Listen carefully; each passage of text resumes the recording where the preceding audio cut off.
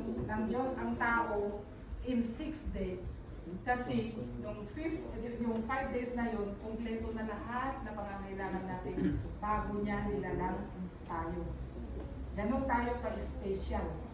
No? So sabihin mo sa katabi mo, you are a special person. Ganun tayo, special, excellent. Kung masalahin, may mga kasama kami ni Ma'am Laura na kasama sa organization. Ayaw nang sabihin ng special o kaya good morning. Ang gusto nang sabihin ng excellent. Excellent morning, excellent afternoon.